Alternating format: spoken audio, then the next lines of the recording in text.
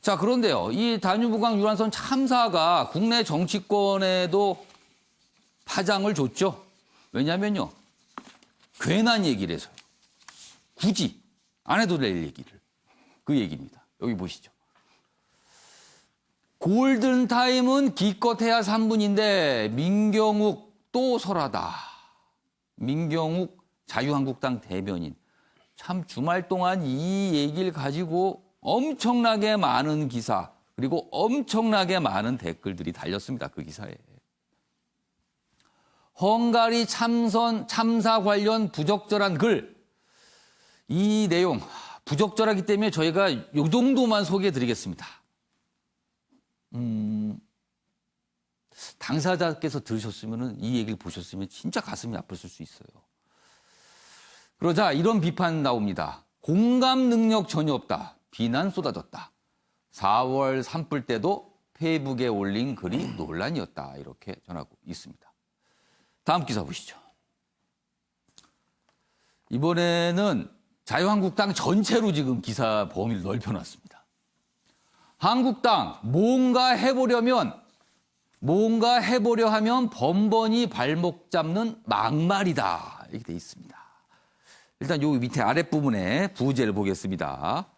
민경욱 대변인, 여기 뭐 그 얘기입니다. 뭐 골든타임 얘기입니다. 그 얘기 있고요. 그리고 앞서서 정용기 정책위 의장, 문재인 대통령을 뭐 비판을 하면서 북한 김정은 위원장을 끌어들였어요. 그러면서 김정은 문재인보다 낫다. 이렇게 얘기를 해갖고 이게 도대체 무슨 말이냐 하고 한바탕 또 요동이 쳤죠. 그다음에요. 그 앞서서 5.18 그리고 세월호 비하 뭐 이런 발언들까지 지지율이 오를만 하면 찬물을 끼얹는다. 이렇게 중앙일보는 분석을 하고 있는데요.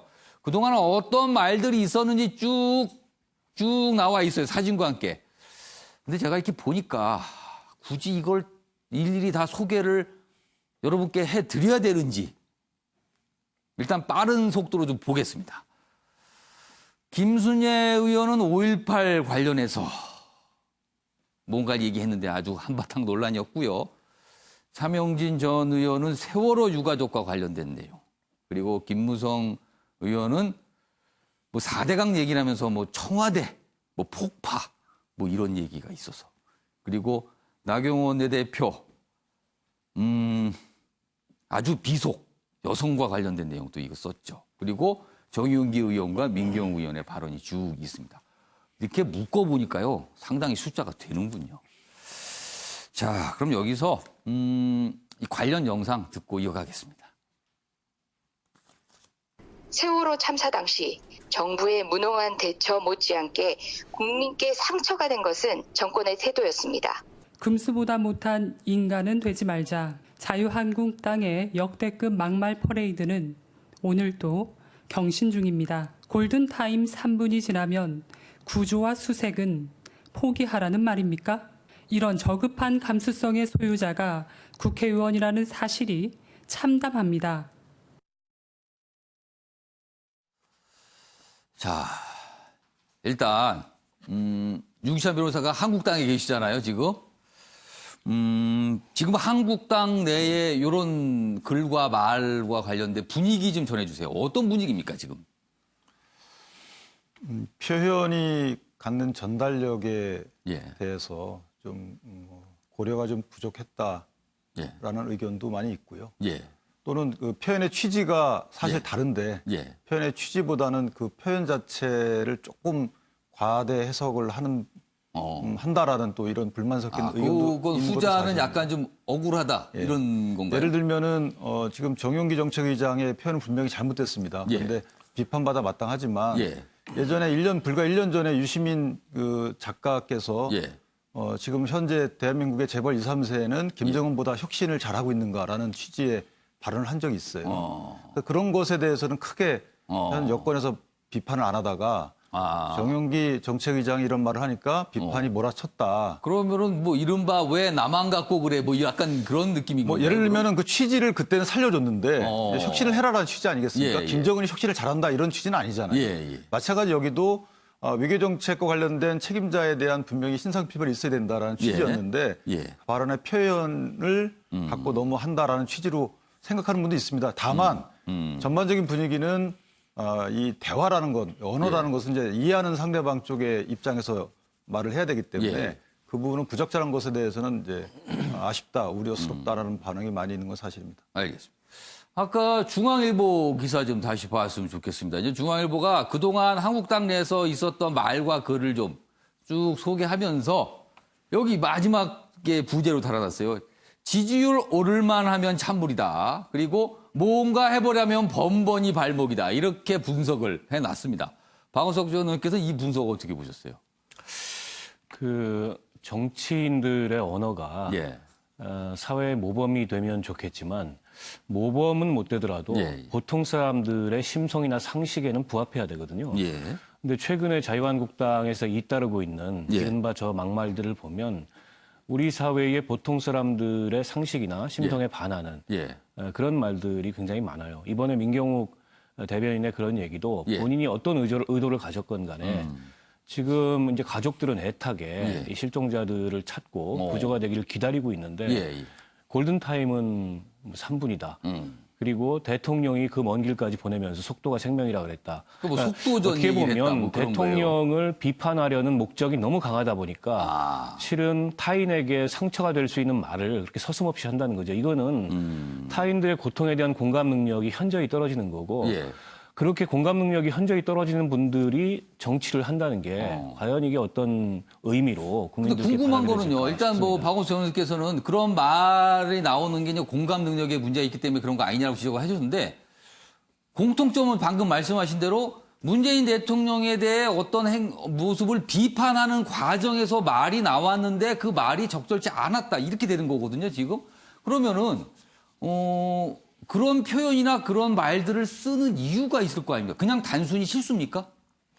단순 실수를 넘어서고 있죠. 예. 왜냐하면 지금 뭐 하루 걸러 한 번씩 예. 이런 막말이 계속 터지고 있지 않습니까? 예. 어떻게 보면 자유한국당 내에서 언어의 정제 능력이랄까 이런 게 마비되거나 상실된 게 아닌가 싶고 그렇게 자극적인 발언을 하면 당내에서 혹은 예. 일부 지지층이 거기에 환호하거나 결집을 하지 않습니까? 그러면은 그 말을 들었을 때 박수 치는 지지자가 있다? 그런 박수부대에 도취되다 보니까 또 그런 어떤 이 막말에 대해서 예. 책임을 묻는 예. 그런 어떤 당내의 징계라든지 이런 게 원칙 있게 처리되지 않다 보니까 예.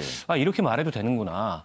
이런 식의 이 사고나 예. 그런 식의 관념이 지금 한국당을 지배하고 있는 게 아닌가 싶어요. 사실은 아까 그 쭉 막말 시리즈 나오는 거 보면 예.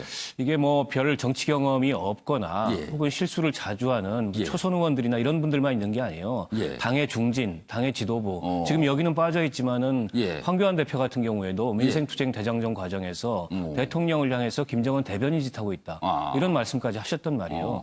그러니까 이거는 한국당 내부에서 누구를 탓할 게 아니고 지도부부터 시작해서 전체적으로 예. 자유한국당의 현재 상태를 심각하게 돌아봐야 될 상황이라고 봅니다. 그 대변인 짓, 그건 뭐, 물론 황교 대표는 부인을 했습니다만 약간 모호하게 들리는 상황이었어요. 그 내용에 대해서는. 자, 이런 정치권 상황을 질타했을까요? 작가, 김훈 작가의 발언이 있는데 소개해드리겠습니다. 매일경제입니다. 소설가 김훈, 남의 고통을 이해 못하는 사회가 됐다.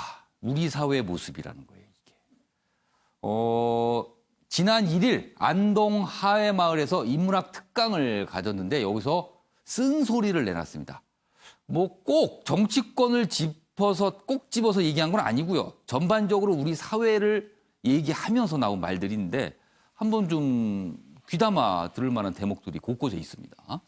소개해드리죠. 여기 보시면 이 대목입니다. 우리 사회는 악다구니와 쌍소리, 욕지거리로 날이 지고 샌다. 몇 년째다. 남의 고통을 이해하는 능력이 없어진 세상이랄까. 글쎄요, 시청자 여러분께서는 이 대목을 어떻게 들으셨을까요? 그리고 밑에 부분 또 있습니다. 우리 사회의 모두가 굉장히 좀 이 표현도 좀 강합니다. 혓바닥을 너무 빨리 놀린다. 다들 혀를 놀리는데 여기 있습니다. 그 혀가 생각을 경유해 나오지 않고 혀가 날뛰도록 두는 사회로 전락했다. 생각을, 그러니까 이게 말이 나오면요. 이 머릿속 생각을 거쳐서 말이 나와야 되는데 그렇지 않고 그냥 바로 혀로 간다는 거예요. 네가 나한테 침을 뱉으면 나는 가래침을 뱉는 세상. 이런 나라가 또 있을 수 있을까 싶다. 이렇게 한탄을 했습니다. 여기 부제가 또 달려있네요.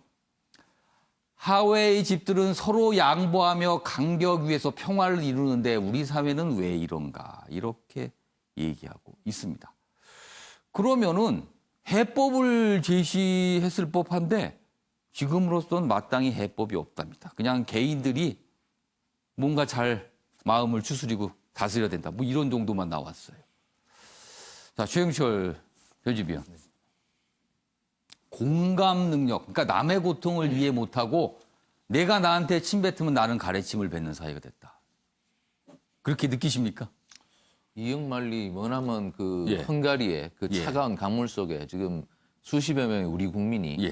이미 숨졌거나 예. 아직도 그 강물 속에 어딘가에서 구조를 지금 기다리고 실종 있거나, 상태입니다. 네, 안타까운 현장에 있는데 결국 그것이 뭡니까? 뺑소니 선박 때문이었지 않습니까? 예. 사고 현장을 인지했으면서도 제대로 구호 조치를 하지 않고 왔다 갔다 몇 분이나 허비하면서 예. 결국에는 현장을 떠나버린 그러한 뺑소니 선박은 결국 다른 사람에 대한 가치와 존재를 인정하지 않는다는 거거든요. 결국 우리 정치권이나 우리 적지 않은 우리 국민들 다수가 정말 뺑소니 범죄를 저지르고 있는 것이 아닌지 그 사실 아까 그 한국당의 막말도 결국 예. 뺑소니거든요. 결국 자기 잘못을 저질러 놓고 외면하고 돌아서 버리고 상처받은 사람들의 마음을 헤아리지 않고 시간 가면 지나겠지. 이불 속에 숨어 있다가 경찰이 오면 잡혀가고 경찰이 오지 않으면 지나가고 예. 이건 정말 뺑소니 범죄의 전형이다. 결국 우리 정치나 우리 사회가 아직도 이러한 뺑소니 범죄들이 판을 치는 그러한 전형이 아닌가. 그것을 김훈 작가가 꼬집은 것이 아닌가.